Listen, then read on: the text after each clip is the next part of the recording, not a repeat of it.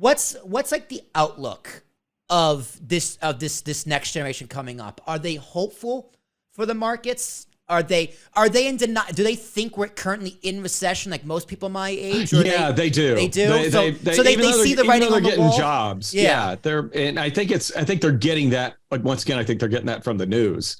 Well, do they trust some the things news? that you see. Like does a college kid, junior in college, studying finance and business, do they trust Jerome Powell and the Fed and what he's saying?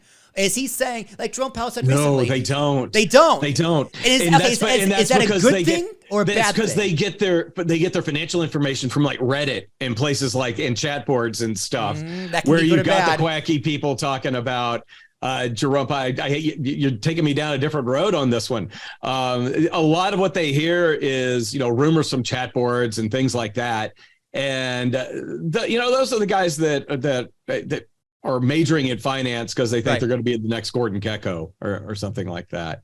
Yeah, which more power to them. They should be looking at the real world stuff. And I like one of them had a student yesterday like bring me a pretty intricate option spread that they had heard about and asked me what they thought the motivation was behind it. We spent like 45 minutes trying to dissect the trade. So there are some of them that are that deep into the weeds with all of this. Well, Reddit forums can be, very, very good.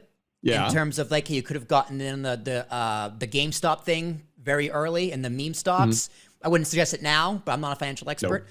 Or they could have gotten into crypto, and if they got in too late, they lose everything. So those Reddit forums to me are both just as credible as the Fed. The Fed could be very, very right, or they could be completely wrong. So it doesn't really matter. But so. What would you suggest they get their information from? Oh, Bloomberg TV. That's a good answer. I mean, several of the hosts on Bloomberg have their CFAs. These people actually do know what they're talking about. And I'm not to say that people on CNBC don't, but Bloomberg I'll say they don't. Well, Bloomberg, not all, I wouldn't say about all of them, but I don't watch nearly as much as I used to. But Bloomberg TV, these folks, have a deeper understanding of what they're talking about, but their audience has a deeper understanding of what they're talking about as well. So CNBC matches well with their audience, and Bloomberg matches well with professionals. And when I was trying to gauge this one back when I was at SIBO and I would go around and speak to CFA groups, and the reason I did this was CNBC was losing viewers and people were worried that people were not as interested in the markets, and I thought they were moving to Bloomberg. But Bloomberg doesn't subscribe to the Nielsen ratings, so we don't know if they are or not.